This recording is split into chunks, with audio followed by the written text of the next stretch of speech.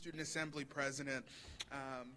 And so really quickly, just to inform you on what the SUNY Student Assembly is, the Student Assembly is the SUNY system-wide student governance organization. So I have the privilege of being the president representing over 1 million students in the SUNY system across the 64 campuses. And I also serve as a student member of the SUNY Board of Trustees, bringing your voice all the way up to the highest levels of SUNY leadership. So really good to be here. As I'm making my way this semester around campus visits, it's always good to come back home. So I wanted to stop here and see some of the great things that you all are doing on the Senate, see some of the great work, and just really just to offer myself to be a resource to you all. It would be remiss if I didn't do a couple of shameless plugs. So our conference is coming up, our spring conference. It's April 25th through the 27th. This is where we elect our new officers for the Student Assembly. Would love to see some Wildcats there. And I will say, SUNY Poly, for a number of years, and Jen can attest to this, always had the largest voting delegation and delegation going to the conference. So for my last conference, I would love to see that again. But at any rate, we'd love to see you guys at the conference. Also, I think it's really important for me to let you all know that next month we plan to recognize one of your clubs here on campus, the Jazz and Hip Hop Club. They performed at our fall conference that we had in Syracuse. Really great, and I'm grateful to our voting body for approving.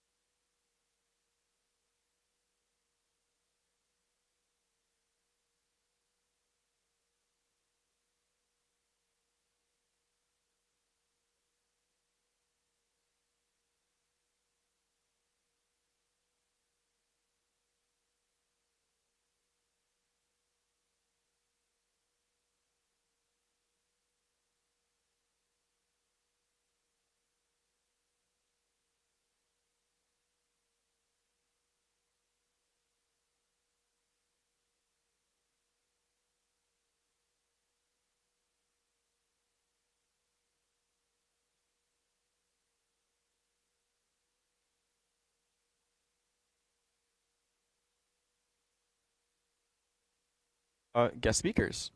Moving on to executive reports. For the president report, hi everyone. I'm again still trying to work on getting Amazon lockers here. It's very tough to get a meeting between UP and facilities and I guess whoever they're sending out from Amazon to get here. But I'm still actively trying to get that. As far as the esports arena, that's been one of my projects I've had this semester or this year that I've been trying to do. And as of now, that is out of my hands. It is up to esports, who is, I think, actively working on it, but maybe they'll talk about it later. I yield. Moving on to our vice president report. Our vice president did send in a report. Just have to find where it went. I'm so sorry. In the meantime, can I call on our treasurer for their report while I find the vice president report? Absolutely. I do have a report today. I just want to report that my vice treasurer and I, Brandon, largely Brandon, he's really been spearheading this effort, have been working on inventorying and backtracking for asset tags. If you're part of a club or you're part of an org, your more expensive items will likely have an SUNY Poly Student Association. All those asset tags have a number attached to them. If you know that your club has been reached out to and has not yet responded, please urge your club leaders to do so. It's really important that we have this information just because, these are student dollars that bought these items and we want to ensure that they don't get misplaced or neglected or broken in any ways. We do have a process for disposing of asset tagged items. Have asset tagged items that are broken. Just reach out to me. We can deal with it. That's all. I yield. Moving on to our vice president report. Hey guys, as some of you may recall, I requested the centers do a time audit to help verify their contracts and stipends. That has since been completed and reviewed by myself and reviewed with the rest of the e-board and our lovely advisors. Every senator who turned in a time audit went above 8 hours. Based on the duties directly assigned by me or the contract, every senator consistently works at or under 8 hours except for 1, maybe 2, because of the assigned work for policy committee. I can attribute the time going above 8 hours to our senators' willingness to go above and beyond their assigned duties. These senators often went to unassigned committee meetings or worked on personal projects to make SUNY Poly an even better organization, which I applaud them for. Due to this, I do not think the contracts need to be changed to become RA ineligible. I personally do not see a reason to increase senator stipends at this time. If the senators want to increase their time in committees or contractually pulling of the students on behalf of their committees, I would suggest raising stipends to make the position RA ineligible. But as it stands right now, I do not believe a change needs to be made. Thank you for your time, and sorry I couldn't be here, John. Moving on to our secretary report. No report. Moving on to our chief of staff report. Moving on to our chief justice report. No report. Moving on to our director reports. We do not have any directors here. Moving on to our college council report. Noting our college council was not listed in the roll call. Our college council is absent. They're excused. My apologies. They are. Moving on to Res Life report. No report. Moving on to directors are not here. Moving on to our advisor reports. Hi everybody. So the ORCAD applications are out. We are working, I've been working with the director of PR, Brielle, and she's creating a flyer. So the 4 ORCAD applications are out. We're excited to see who applies. We encourage everybody to apply to spread the word. We're going to be including those in the sessions that we're hosting regarding involvement opportunities, as well as the tabling opportunities that are available through SGU. So we're excited to see who applies, and we hope you all can help us spread the word.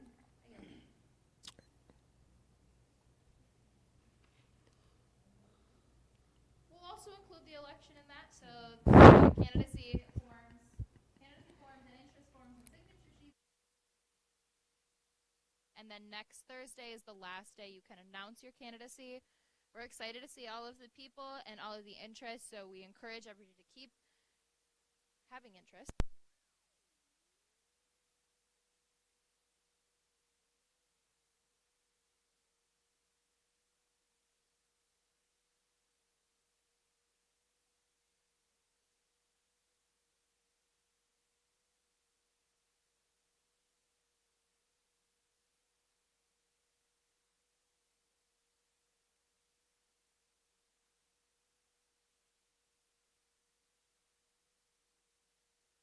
We're getting there. We have not yet finished. With any luck, we'll be able to finish this Friday and have something for y'all to look at next week. If that doesn't go as planned, just push everything back a week. We're still just waiting to wrap up a few of the org proposed budgets and then to just reconcile it all in one big happy budget for next year. I yield. Moving on to class gift report.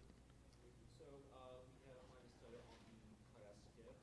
We'll be choosing the outside and the institution. We're still working on the current details of what the project's going through, and we hope to have the resolution out soon. Moving on to food committee. Hi everyone, we met yesterday. The meeting was really successful. We look forward to meeting again next Wednesday. Moving on to policy committee.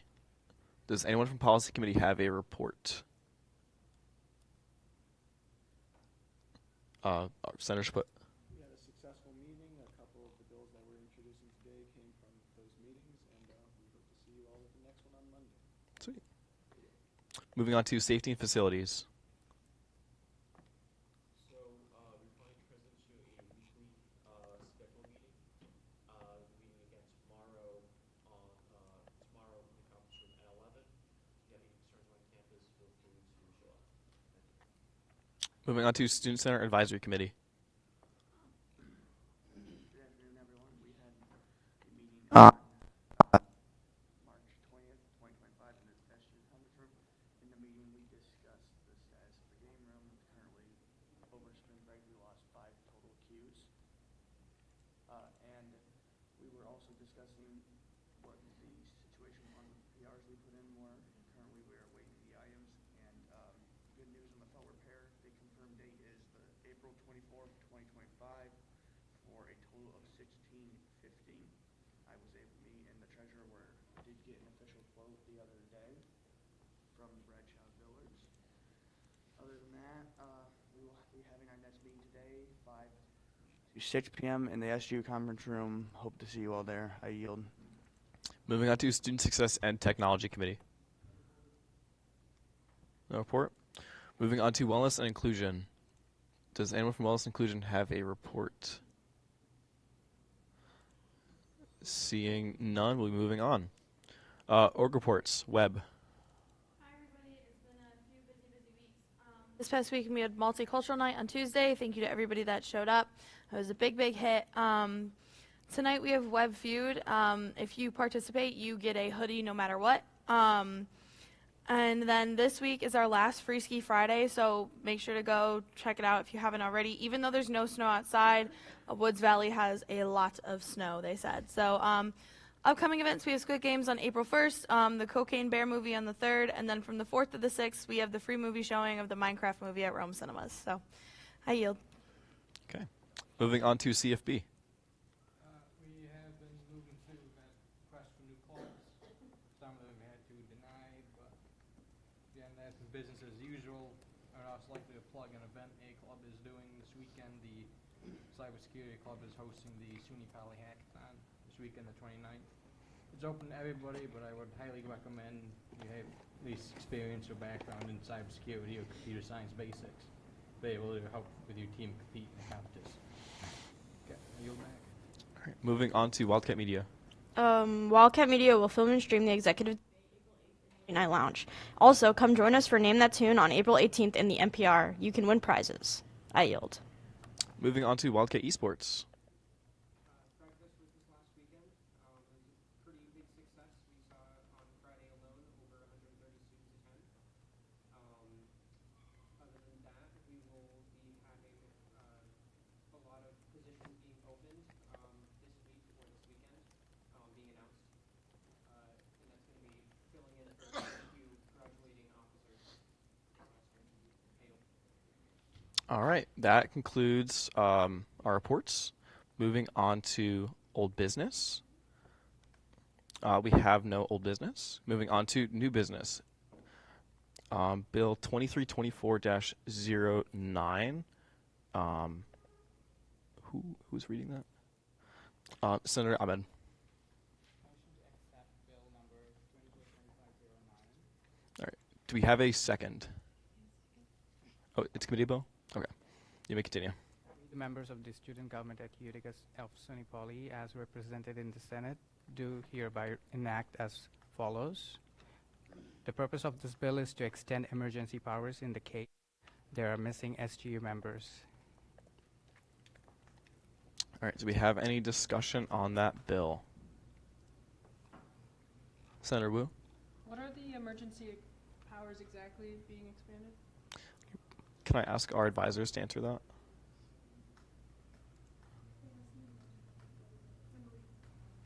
Emergency power. I think that policy committee might be a better person to answer Okay. that. We weren't in the space when this was created, so it would just whatever. Okay. It would be whatever is outlined, and I'm sure the policy committee. It looks like Senator Chaput might have a better answer. Okay. Yeah. I apologize. Senator Chaput. All right, so when we were looking over at policies, as we've been doing in policy committee, we wanted to kind of directly address what happened last semester, as we kind of had to act out of policy to make sure the student government could continue functioning. So the changes that we're, trying to put out there are adding it so that the SU advisors can have the ability, if we have no exec board and no senate, to decide for when we put forth temporary legislation. So if you look at the changes that we have outlined here, the first one in 19.1.2, that is saying that currently as it stands, you need a certain amount of exec boards to sign off on the appointing of positions if there is no exec board to sign off on those positions, then we would be breaking policy, appointing people to positions that we need to fill. So this just allows the SGU advisor and the vice president for student affairs to be the sole signatures in case we have no one else who can actually give signatures. Following up on that, in 19.2.3, this is saying that we don't have enough senators to actually pass any temporary legislation that's put forth. It will come down to the advisors to decide whether these temporary legislations are right to be put in. I yield. So we have any further discussion? Our Chief Justice. Just to remind those who aren't familiar with what happened last semester, basically, so we have the president, as y'all know, and the line of secession, which is basically if the president isn't here or quits or something happens to them, there's always another person to take the president's job. But the issue is this previous semester, that entire line of secession was vacant, which means we had no president and therefore had no way to start meetings and then give funding to our orgs and all of that. So just as a brief reminder, that's what happened, and we're trying to prevent that from ever happening again. Do we have any further discussion on the bill? Our Treasurer. Can I entertain a motion to move section 19.2.3 to be a subsection of section 19.2.2? Based off my understanding of how policy works, generally speaking, you would have the finer detail, right? Given it's related to the immediate preceding section, it's not meant to stand on its own. It really only makes sense in the context of the previous section. Likewise, for section 19.3.2, I believe that should be a subsection of 19.3.1 because it essentially outlines a niche scenario, right? And just provides some more context for what to do in those situations. I yield. Any? Yeah. More clarity. Are you saying that as a motion, or are you saying? Yeah, my apologies. I should have stated clearly. I'd like to entertain a motion to modify. So it would be changing 19.2.3 to be 19.2.1. And then for 19.3.2, it would be 19.3.1.1. Okay, we have a so moved. Do we have a second? Senator Sput. Do we have a? That's it. Do we have any discussion on the motion? Senator Mavros. So you want to change 19.2.3 to be 19.2.2.1? That's correct. Okay. Any further discussion?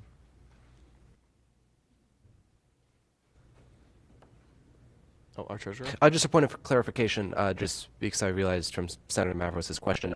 And likewise for 19.3.2, it would instead be 19.3.1.1. I just want to state that for clarity. Both of those were bundled into the motion. I yield. Do we have any further discussion on the motion?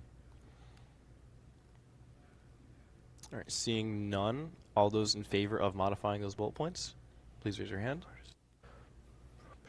All those who oppose, and all those who abstain.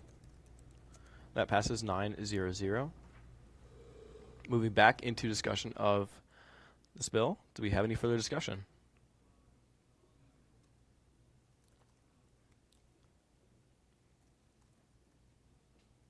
All right, seeing none, as this is a new bill and new business, we will be not voting on it today. We will move on to our next legislation.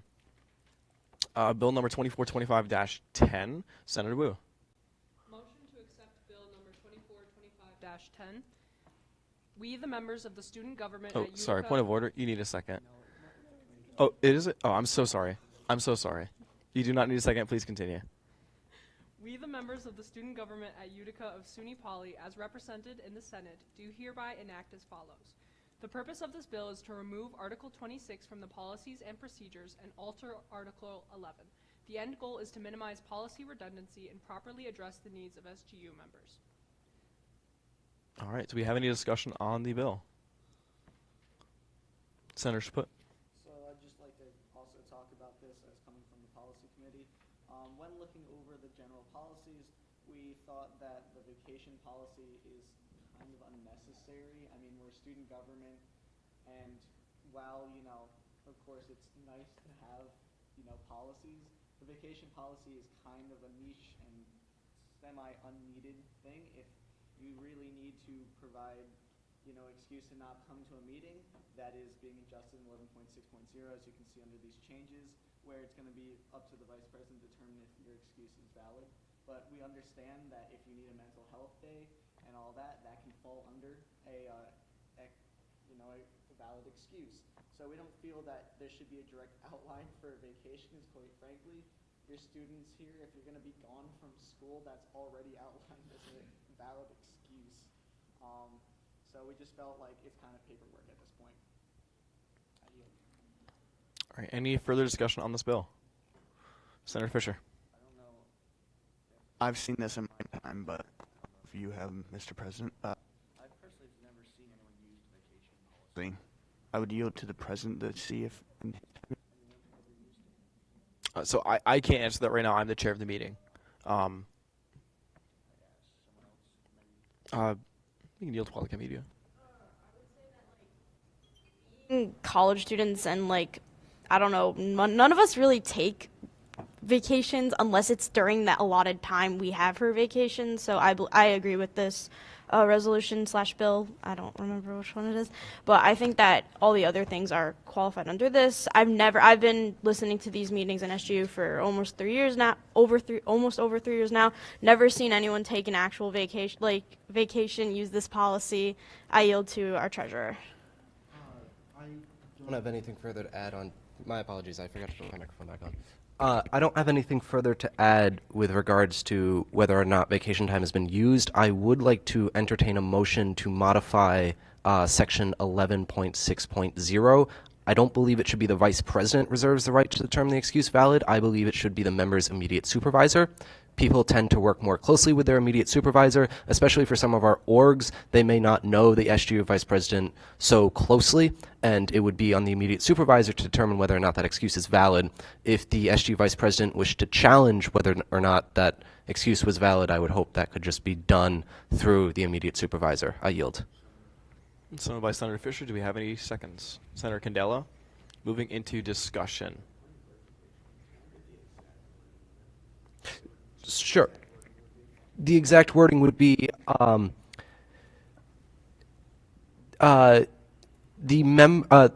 member's immediate supervisor reserves the right to determine if the excuse provided by the member is valid.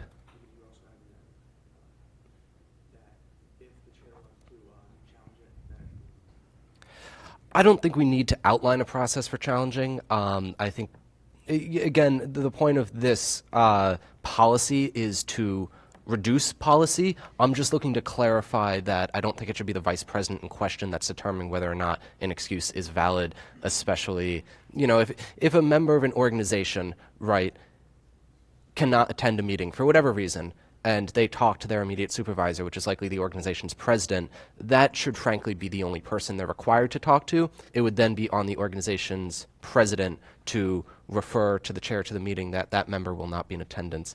I see a lot of hands, so I'm just going to yield. So just point of order, we're not in discussion for it yet. We still need to see if there's a motion ready. Just a point of clarification. There are two instances of vice president in this bill. There's one under Section 2 justification, and there's one under the attachments, just as a point of clarification. Senator Candela. So would this mean for senators, the pro temp would be the person they go to? Point of clarification, was the motion ever seconded? Yes. I yield to the floor to answer that, or whoever can answer that. Senator Fisher. According to your contract, pro temp is the senator's immediate supervisor. So, And pro temp's immediate supervisor is the VP. Okay. Senator Sput. So I just also want to clarify that section 11 is strictly for Senate business meetings, which means this is for submitting excuse to be out of these meetings, not just not committee meetings. So under that, the vice president is the one who runs these meetings, which is why that's as it is currently. I just would like that to be out there. I yield. Our treasurer. I appreciate the clarification. I wasn't aware of that.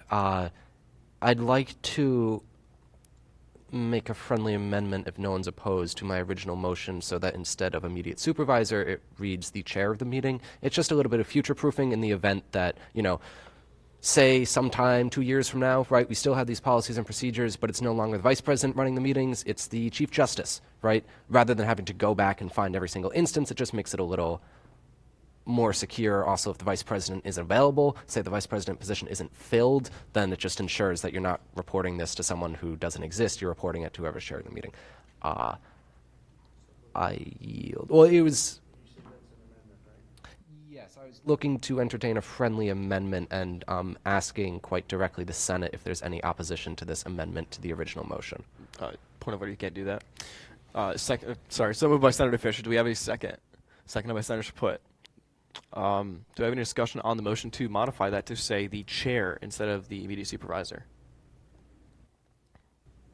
Just point of information, how would this fully read out if it was, put in, all voted on? If it was a motion?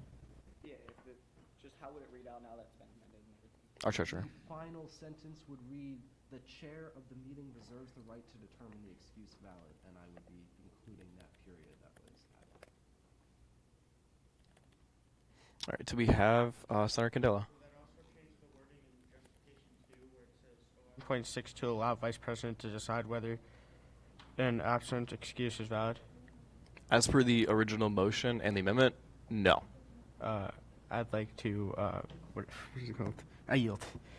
Okay. Our treasurer. Yeah, forgot to include that, but given the motion has already been amended once, I would ask the Senate not to amend it again, because if you amend it twice, the motion dies. We can always make a second motion. I yield. Point of clarity, what's the second? Oh, you're saying where is that second part where it says vice president? Section 2 under bill justification. Oh, okay, so not in the actual bill itself, like not in the actual policies itself, but under... Correct. Any further discussion on the amendment? Seeing none, all those in favor of the amendment to change to say chair instead of vice president?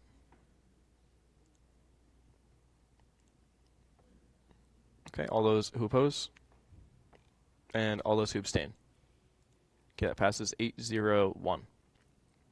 Moving back into discussion of the motion to modify it to say chair instead of vice president. Do we have any further discussion? Seeing none, we'll move into voting on that motion. All those in favor of changing it to say chair, please raise your hand. All those who oppose and all who abstain. That passes 9-0-0. Moving back into discussion of the bill, can I entertain a motion to modify under justification where it says vice president to say chair? So moved by Senator Chaput. Do we have a second? Seconded by Senator Zapata. Do we have any discussion on that motion? Seeing none, all those in favor, please raise your hand. All those who oppose and all who abstain. That passes 9-0-0. Back into discussion of the bill at hand. Our advisor. So there was a question brought up of the old vacation policy had a timeline outlined of when they might need to notify their supervisor so that if there was a different representative that needed to step in, we could contact them, had time to refill their place or to determine quorum count, anything like that. Is that still up in the air? Is there a thought behind that?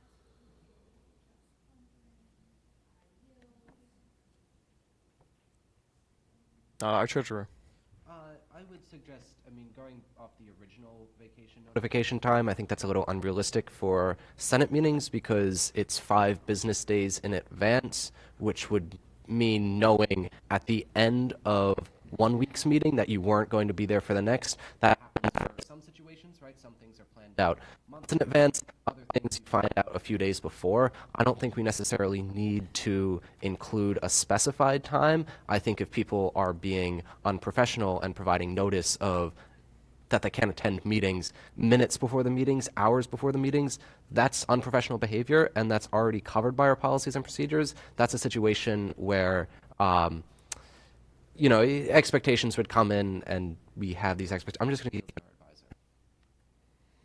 Just an opinion, take it or leave it, but I think there's something to be said for giving a timeline because without clarity, we can't expect people to be successful. And they may not understand that that's unprofessional because that threshold is different for every person until they're well versed in our like how we work things and what the expectations are. I mean, we can make them as clear as we want to, but without it in writing, I think it gives too much leniency. I don't think we need 5 days for sure. Like if we're sick, if we wake up sick that morning, there are exceptions, of course, but I do think that setting some sort of timeline, if there's a way to have it 24 hours before the meeting, or if there's a way to have it, 24 hours before your earliest convenience, like if you know on the week before that you're not coming next week, you can let them know as soon as possible. It's fine. But I do think that you should probably give some sort of framework for expectations of when that notice would take place. I yield. Do we have any senators put? So just kind of both to respond to that and just kind of ask a general question up to the horseshoe. So in the vacations, as we heard before, not many people have actually taken a vacation in any known history of the people here. But besides that, do you guys think that would be reasonable to at least add maybe some sort of deadline to specifically these Senate meetings and not like, the committee meetings, what have you, that's just generally talking as it is. It's kind of how it's been at least the entire time I've been in here, but do you guys think it would be like good to just add maybe something specifically for these Senate meetings since these are kind of more professional and they're recorded and everything? Senator Mavros. So I think it's probably more of a case-by-case basis, only because the way this changed the policies is that it's very broad in that it's not just for vacations, for emergencies, for illnesses. And I just speak from personal experience. Last semester I had a family emergency, and about 24 hours later of that notification, I was on a Chester flight, and it happened over the weekend, not the Thursday before the meeting.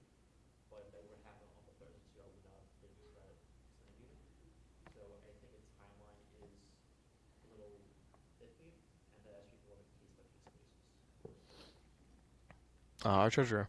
Just to sort of echo Senator Mavros's point, likely speaking from an anecdotal basis, sometimes something happens on a Wednesday, Senate meeting's the following day, depending on what happens, you might not be in a state where you can even acknowledge the fact that you're not able to come. I think putting in a timeline is unrealistic. If anything, I would add in something along the lines of, at your earliest convenience, as soon as possible. You could even just include with proper notice. And yes, that is discretionary, but I think it's up to each member's immediate supervisor to set that expectation and to say, last time you gave me 4 minutes notice that you weren't going to show up, I'm going to need at least 24-hour notice. I'm going to need at least 72-hour notice. And then it's up to that individual supervisor. If that individual supervisor is being dictatorial with that expectation, then that just falls on their immediate supervisor to come down and correct that. I think, the goal of this bill is to reduce policy. I don't think we should be adding policy just to clarify what frankly feels like common sense. And I understand common sense is a dangerous phrase, but I'll leave it at that. I yield. Senator Fisher. Personally, yeah. Or have it maybe say something like case by case basis. Or, yeah, I just do think okay, I yield. 1 sec. Okay. Our guest speaker. So, just curious, so say, what if the entire Senate wasn't able to show up, they weren't able to provide a notification, as somewhat outlined in the policies and the comments that your advisor made with the timeline? If that were to happen, who is going to communicate that to folks? How is business still going to run? And, then to the point, I heard some comments about if they're not able to come and don't provide that notification, they go under a professional, I forget the term that you used, but there was some kind of disciplinary action that happened. So if that was the case and no senator were to show up and they didn't provide notification, what would be, I guess, the position of the student association? Our treasurer. I'm going to yield to Senator Chaplin. So,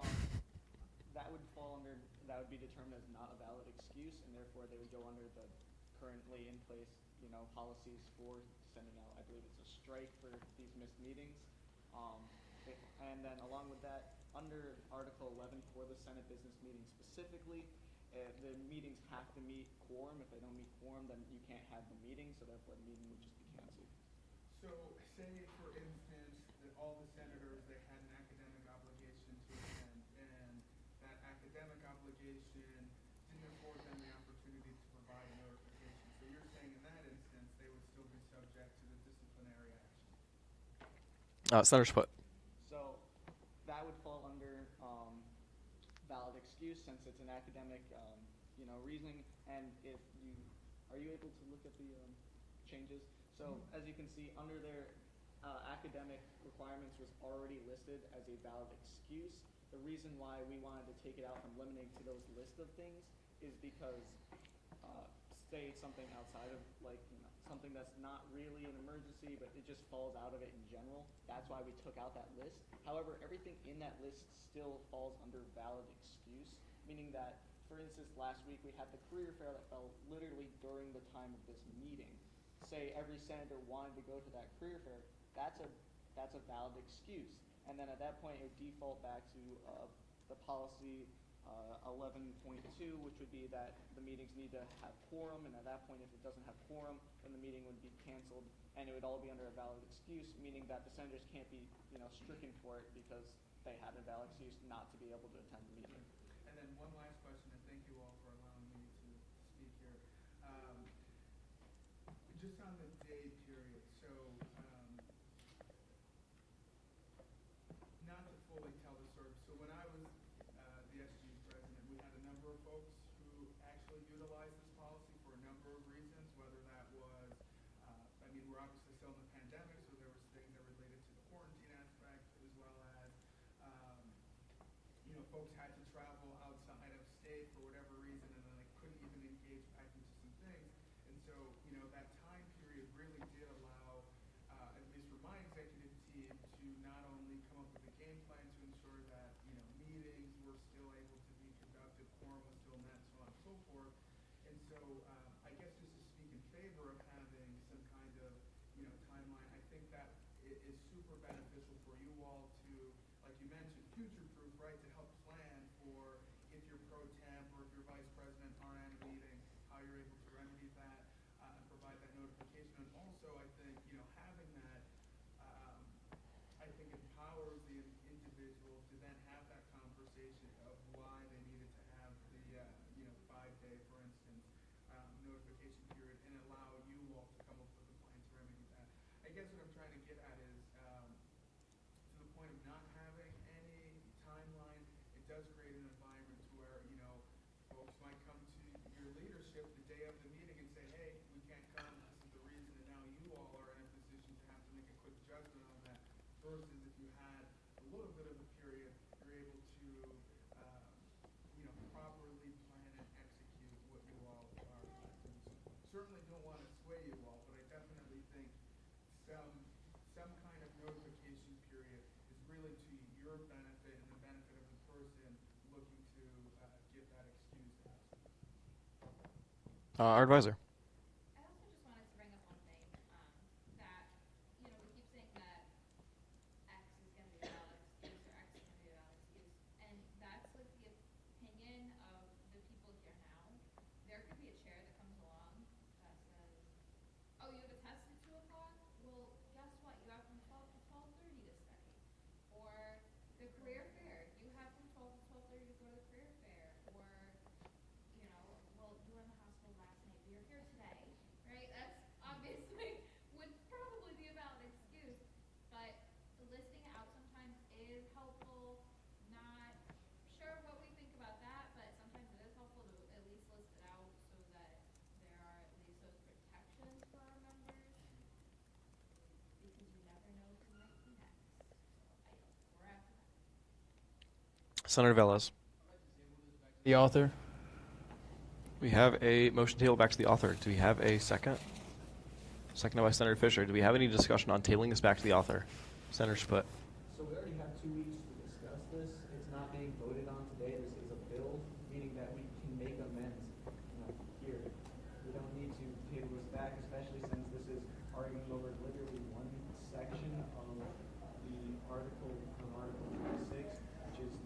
intersection of them. You table this back to we can make these amendments on the floor. If we need another week to do that, we can still make that on the floor here next week. Oh shit. Our audience member. So, I know I'm not a senator anymore, but I was a senator at policy committee when this bill was written. So this bill's been before the election, before spring break, when I was still at policy committee. The author of this bill is not here today, so it's tabling it back to the author, allows the author to look at it and edit again. Because currently the author's not here to edit the bill, so he can't give his input on changes or anything like that. Always like delaying it. Just a point of information. The author is policy committee. Just a point of information. Well, in policy committee, this was mostly John's idea.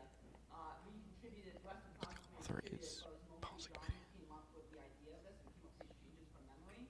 I assembled, we all like, okay, we agree with this, but it was John's idea to create this in the first place, like these changes. So it's mostly John's ideas, if that makes sense. Okay, our treasurer.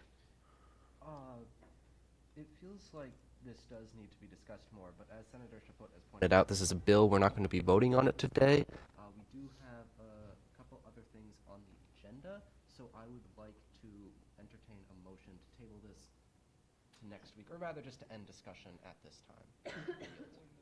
Information, we are currently in a motion, correct? Yeah, we're currently in a motion to table this back to the alt. My apologies. Any more discussion on tabling this back to policy committee?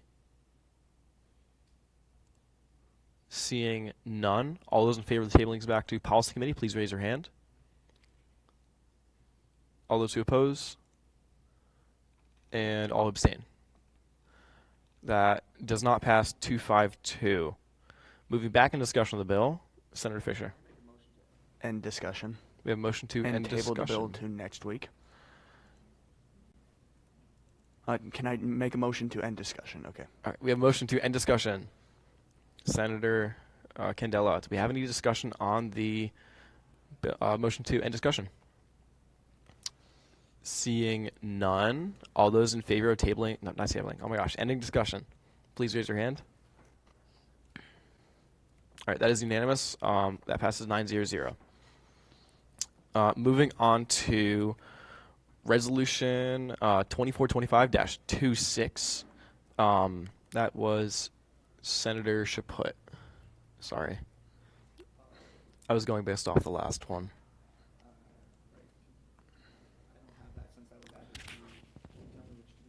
Oh, so sorry. Yeah, we don't have that. None of us. Hang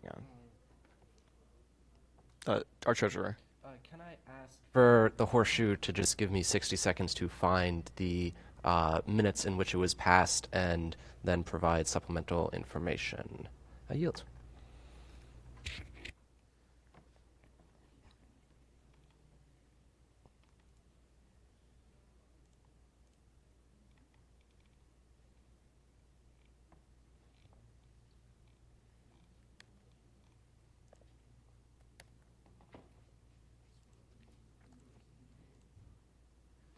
It was read on February 13th.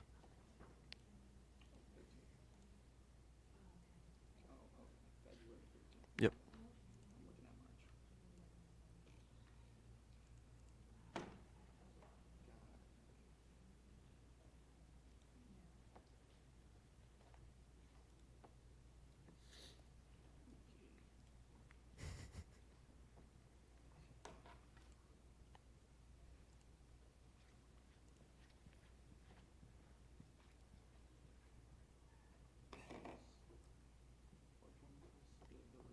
The reserve's full.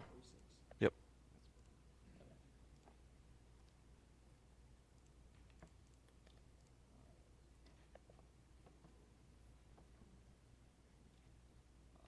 All right, Senator Chaput, you have the floor. Motion to accept Senate Resolution number 2425-26. Do I need a second? No, you do not need a second. No. You can Okay. continue reading.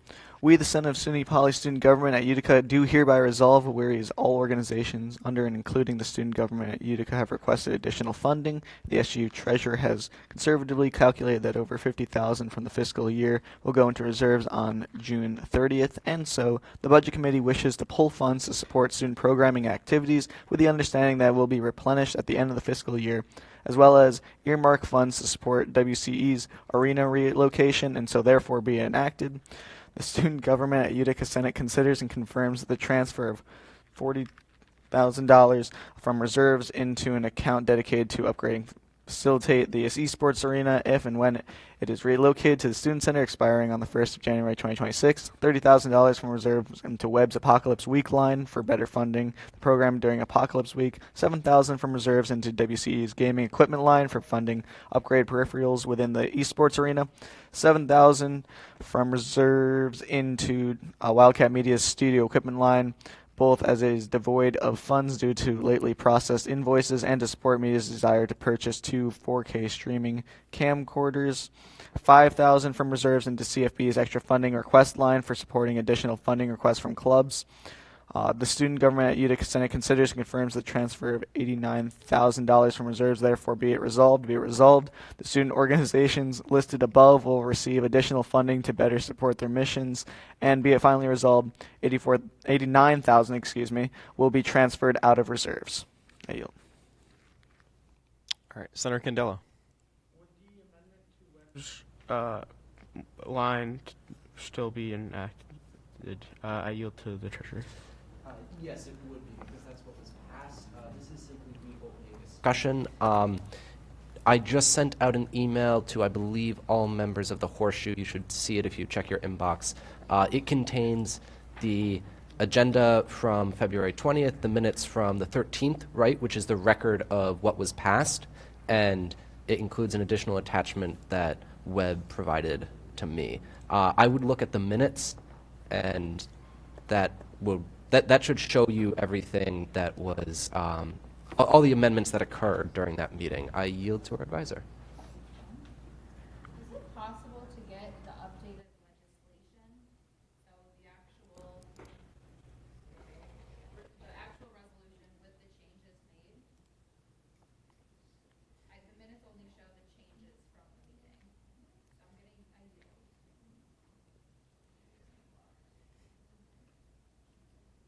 Our treasurer. Yes, it is. I can send that out. I'll just do a reply all to the email I just sent. Summer, I don't think I actually included you in that one, so I'll at least try to do that as well. Not cool. I'm going to pause on discussion until those are sent out.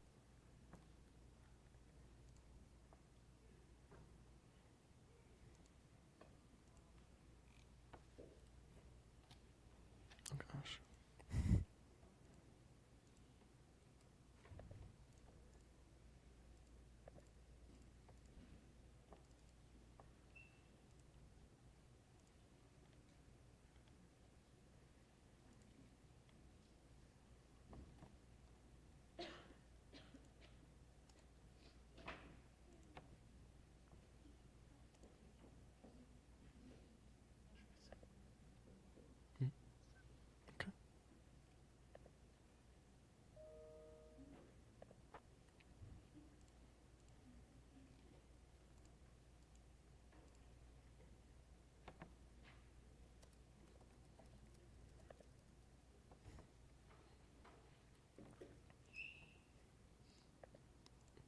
Does anyone not have a copy of the legislation that was just sent out? Okay.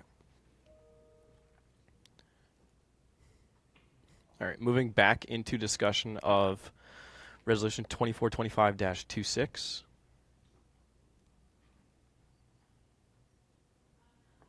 Our treasurer. I'm just going to speak for those who might not have been in the Horseshoe when we originally discussed this. The reserves poll, for some context, is a poll from the student government reserves. We have reserves of about $500,000 at the moment. Reserve polls are meant to be used for two things, right? Emergency problems that come up, life gets in the way, and we need to fix something, and long-term campus improvements. I said this during my first ever student government debate, and I stand by it now. Reserves polls are not meant to be used for programming. You'll note that within the reserves polls, there's allocation for programming. The reason for this is because during this year, when we were creating the budget, we cut a lot. We cut the original budget that passed spring 2024 by over $80,000. It was over budget, but we cut it down. We didn't allocate a lot of money, and we, at the moment, are going to have a lot more. We're going to have a lot more money going into reserves than we expected, right? You have those numbers listed in there. So given this money is going into reserves, Budget Committee feels that it is right for the equivalent or lesser amount to come out of reserves. The exception to this is the $40,000 allocation for in esports arena upgrades. That's a long-term campus improvement on the benefit of our esports organizations. I'm going to yield to media. Media's part in this, and it says, I know it says we are focusing on buying the camcorder. Currently, due to those late process invoices, I don't think we can support this. Currently, in our studio operations line, we have $50. And if we have, media needs this to get passed, because if any of our equipment fails, we literally do not have money to repair it, because I need to focus and buy on, and I need this money to focus and buy equipment such as to fulfill our duties. This is where it's kind of like comes to like the quote unquote, like as Grayson was saying earlier, like emergency funding. I had no idea Aux Services was going to do this. We were not notified. They just took the money out of our accounts, the lately processed invoices. I had no idea until, yeah. So we currently need money to basically get, we would still purchase one of those camcorders. We wouldn't purchase two. We would instead use the other half of the money to buy cases for the already existing cameras, as they are currently housed in literally cardboard boxes, and we do not want them to stay in cardboard boxes. And we originally had the money to buy cases for this. The cases are like $200 each, but we currently like literally only have $50 in this line. I yield to our advisors. So my comment is unrelated. I apologize. Yeah, If yeah. you want to not yield to me, that's okay. It wasn't related. Then it's okay. Okay. I just wanted to know, and just build off of something that Grayson had mentioned, saying that reserves are really for like those long-term projects, campus improvement, something that we're like saving for, right? That's how saving works. Like you save up for something that's a big purchase. Another way that it has been used in the past and would need to be used going forward is in case a student activities fee referendum does not pass. So this year, the referendum is on the table to be voted on if the activity fee is going to be mandatory or not. There should have been like a whole campaign for the whole year talking about why it's so important, and I think we're a little bit negligent in that. So I'm a little bit personally concerned if the referendum is going to be passed. If it's not, and it's chosen as an optional fee, most students don't pay it. I can tell you from experience, people opt out. College is expensive, and if we can save $125, we do. So in the case that the vote is no to make it mandatory, the reserves are available to continue some sort of normalcy in what we would normally see each year. It would be poor practice to use the entire thing to run for a year until we can have another vote next spring. But that's why SUNY allows up to one full budget year to be in reserves, so that you can still function and provide opportunities for students and engage in that student experience. They don't like it to go over one operating budget because you don't want to have this exorbitant amount of money, but it should be there in case. So I think sometimes we lose sight of another reason why reserves are available and should be, hefty and available. So I yield. All right. Our audience member. Just to go off of what Jen said, personally, most students I know who are non-SGU, so around like 100 people, will probably vote no on the referendum for passing, because most people here don't go to events, most people don't use their student activity fee, or they don't know what it goes to. Most people just see it as an extra $275. And I think most students on campus don't even know they can like not have to pay, like there's a way to not pay that. And so I think at least a good amount of students who are on campus, let alone on all online students, I think they still get a vote. And our commuter students also get a vote. So we can already imagine that most likely all the online students and our commuters will most likely vote no to keep it being mandatory. But now a lot of our residential students, because they don't go events, they don't know anything about SGU, they don't know how this is used, they're going to vote no to keep it mandatory because to them, $275 is $275 they don't have to put into debt. And so they're going to vote no. So, and since there was no information about the fact that, there was no campaigning this year, most students don't know what it's used for and are probably going to vote against it passing. And I'm just pointing out there's a warning because it's probably going to be the likely case. Even if personally I would vote yes, most probably won't. Wildcat Media. Previously, when I was in SGU and this was on the table, and unfortunately those previous presidents did not do any promotion regarding the activities bill. As someone who was during polling hours, people did ask me what the question was about. I basically explained what it was. Most people, when they hear what it is, they do vote yes. At least in my experience in helping people poll. I just thought that'd be insightful. I yield. Our treasurer. To the Senate, right, that most I do also want to echo to the Senate that this reserves poll did pass, right? It passed February 13th. It was sent back to us by the administration because they felt they had two concerns, specifically that there wasn't enough of a breakdown with regards to Webb's request for funding, and secondly, for the $40,000 allocation for esports. I'm going to yield to our esports representative to speak a little more on that.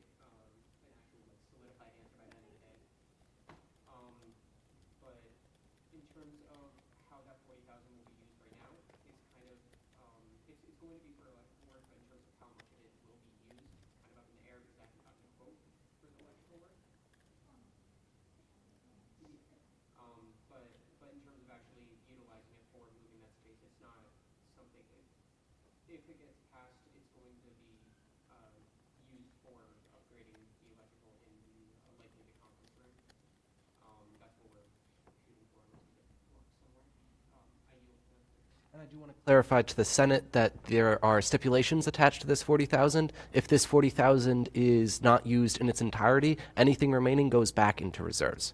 If esports changes course, right, this reserves poll is passed today, and esports decides we don't want to move into the upstairs conference room, the president and Jennifer Adams has the discretion to approve only parts of the reserves poll, so they can take that out if it turns out that esports is not going to be moving there. If esports is going to be moving there, the money gets spent. We all are happy. I do want to focus on Webb for a minute. Does everybody have access to the Apocalypse Week costs and funding breakdown? I'm going to take that as a yes. I would direct questions. I hope there's questions at Webb for this. I just want to speak briefly and entertain a motion to modify the amount that Webb is getting in all instances to read instead 38,650. That's 38,650. The increased amounts are explained below, and I'm going to yield to our Webb representative to speak a little more on that.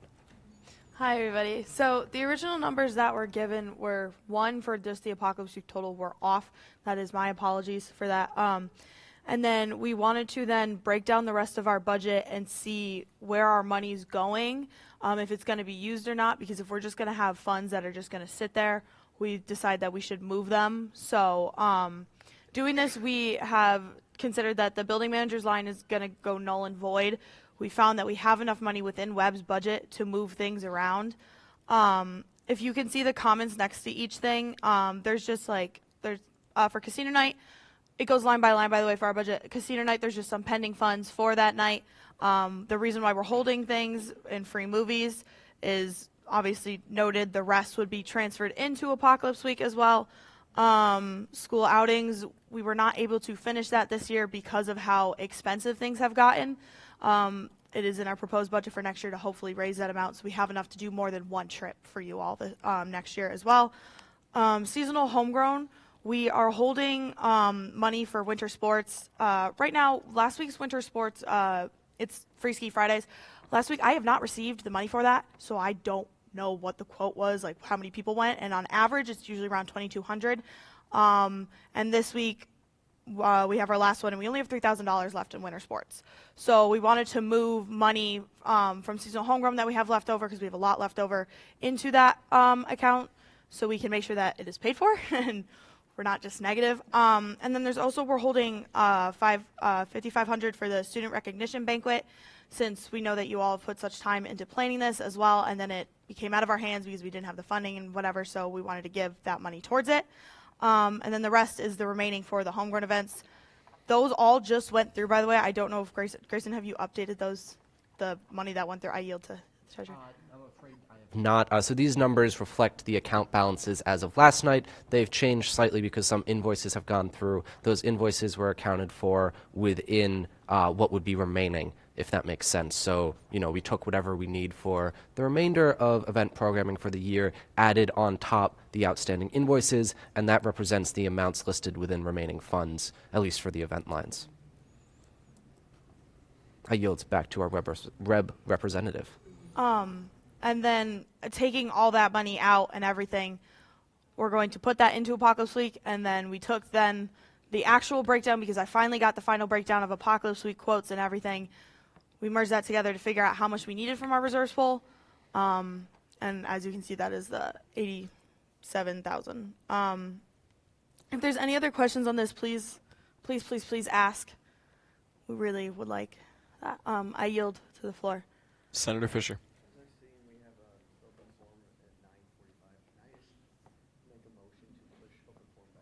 1:55 p.m. We have a motion to push back open forum to 1:55. Do we have a second? Seconded by Senator Chaput. Do we have any discussion on that motion? Seeing none, all those in favor of pushing back open forum to 1:55, please raise your hand. All right, that is unanimous. That passes 9-0-0. Moving back in discussion of the resolution. Our advisor.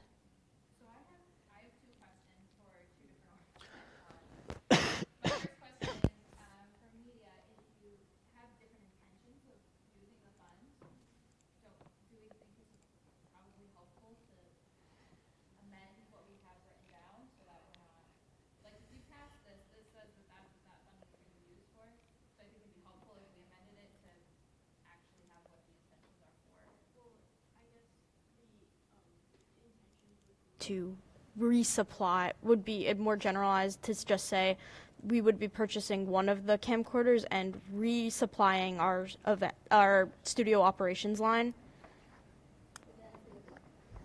Okay. Our advisor. So I think if that's the intention, it's up to the Senate to decide. Well, whether it's that's what your goal is, but I think it should be reflected within the legislation that you all plan to vote on. My second piece of things is the esports arena, the equipment that was purchased last year. So last year, I believe headsets were purchased, keyboards were purchased. I'm not sure if mics were purchased. Those were just bought last spring or fall, last year. And I was just wondering, why do we need to replace them this year? And is that an expense that's going to be every year? Are they out of shape? A year is not that long. I yield to esports. So, can you just, what was the last thing that you were wondering if we bought? So I don't see headsets on here, so that's fine, but I know keyboards, and I wasn't sure if mics were purchased last year. So, when we initially got the arena, it came with full peripherals, so headset, keyboard, mice. The headset's perfect, they work flawlessly, we're keeping those. The mice, they're fine right now. It's kind of like more of a, we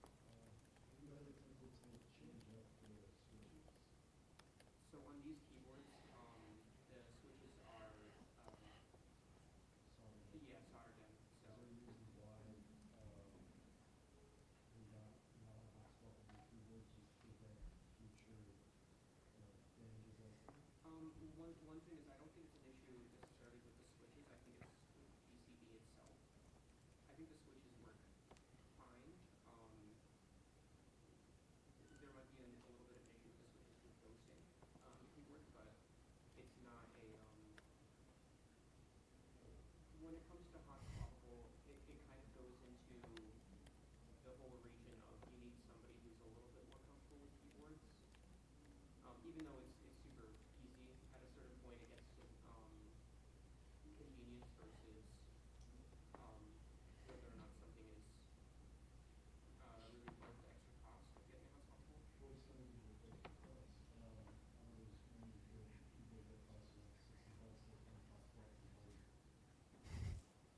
Yeah, but one thing is we've looked into the differing brands in terms of like what is good and what isn't. A lot of we chose Deputy because we got like statements from other students. I tested out one of our keyboards with the Deputy. We could upgrade and go to the Deputy Look 3, which has hot swappable. But usually when the keyboard has issues, when it gets to the point of you need to replace a switch, at that point it might be just better to replace the whole keyboard.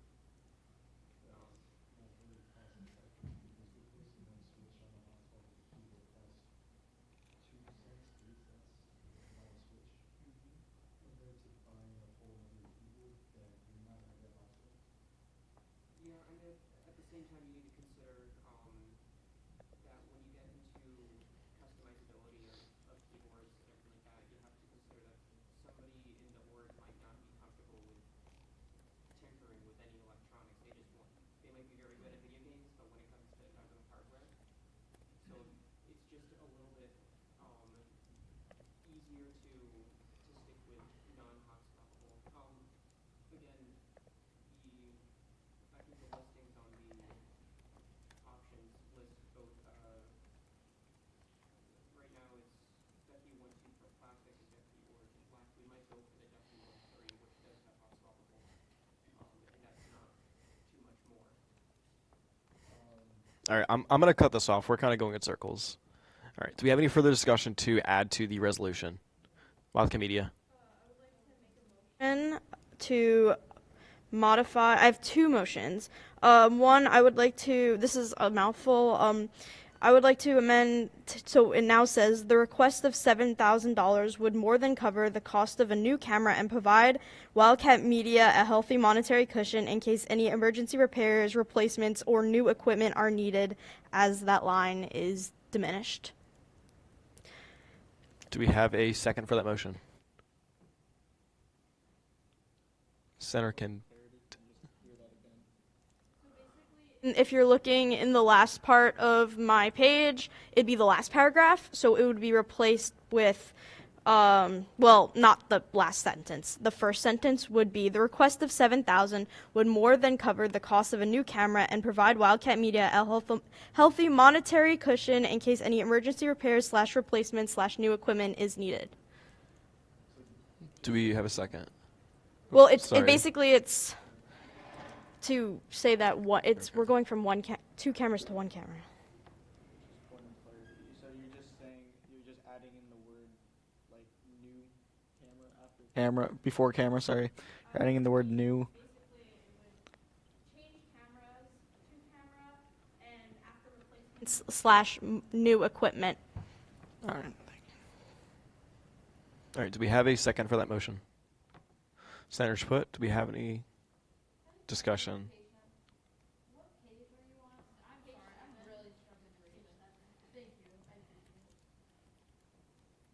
Do we have any discussion on the motion? Senator Schputt? This is just so that it's more specific on what that cost is going to, right? Okay. All right. Any further discussion on the motion? Seeing none, all those in favor of the motion, please raise your hand. All those who oppose? I'm going to do a recount. All those in favor of the motion, please raise your hand. All those who oppose, and all those who abstain. That passes 9-0-0. Moving back into discussion, Wildcat Media. Did that, I have to change an above. I would like to, where it says two cameras, I would like to motion to amend to say Wildcat Media has been looking to purchase one additional camcorder. Do we have a second? Senator Wu, do we have any further discussion? Senator Chaput? Can you just specify where that says it It's above? the first paragraph. It would be this third sentence. I yield. Do we have any further discussion on the motion? Seeing none, all those in favor, please raise your hand. That passes unanimously. That is 9-0-0. Moving back into discussion of the resolution at hand. Is there any further discussion on the reserves poll? Seeing none, we'll move into voting. All those in favor of the reserves poll as it stands, please raise your hand. All those who oppose, and all who abstain. That passes 8-0-1. We have concluded new business. We'll move into swear-ins. Is anyone being sworn in today? Seeing none, we'll move into open forum. If you are announcing candidacy for the election, please come up to the open forum microphone and announce your candidacy as soon as possible, as we have a few minutes left.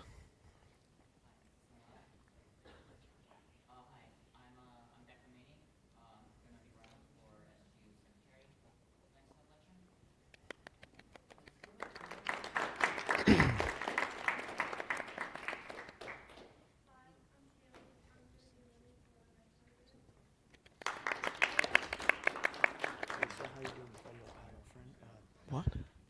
I was late this morning because I was doing something else. You're fine. Oh.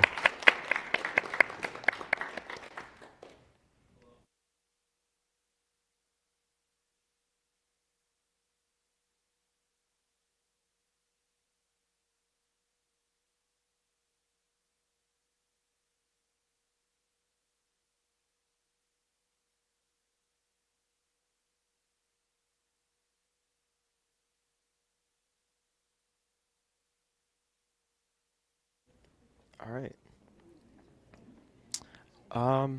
Senator Fisher. We do need to do a pro temp election. Just as a question out in the open, as it is open forum. So pro temp election, for those of you who don't know, the pro temp is the kind of boss of the senators. If we are to do one, we will be running over 2 o'clock because we'll have to have a question period for each candidate. At least we should have a question period for each candidate, and then there should be a executive session to discuss the candidates, and they'll be out of the room. If we are to do a pro temp election, are people able to stay for like another 10, maybe 15 minutes? Is that what? Approve. If you can't, just let me know right now, because I think as a senator, you should be here to discuss who's going to be your boss. Yeah. Sure.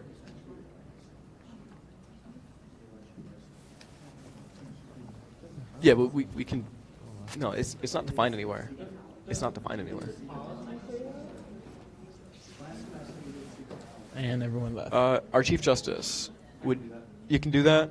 Okay. All right, then, if we may, I'm going to open the floor to our advisor.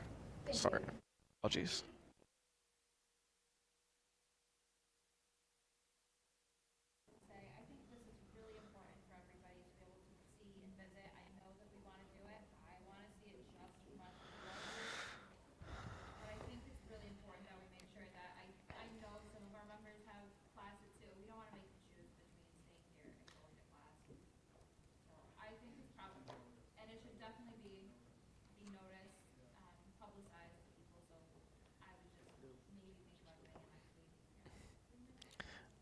I'm going to argue against that a little bit, as we are a little that's why I was specifically asking for if people were able to stay a little longer.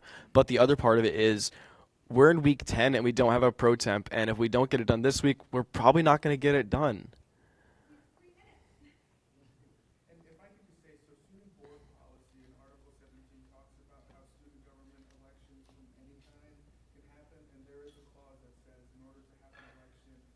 the responsibility for the student association to notice that election to the rest of the campus. So I'm not sure if that has happened or not. In terms of how you are to operate in Absolutely, and I'm not disagreeing with you on that. It's this sort of election. It's one that's yeah. Then there's the question of why wasn't it followed in the past couple of years, but that's besides the point. Pro temp has not been followed like that in any of our years that we've been here. Senator Fisher. And pro temp also is supposed to, the election is supposed to be held during open forum, and open forum usually does not last very long. I yield. Do we have any further discussion for open forum? Treasurer Weddle. So sorry. I yield. Do we have any further discussion for open forum? Seeing none, can I ask for a motion to adjourn? Senator Put, do we have a second for adjournment? Senator Zapata, any discussion on? No, there's no discussion adjournment. All those in favor of adjournment, please raise your hand. All those who oppose, and all those who abstain. That passes 8-1-0. We are adjourned.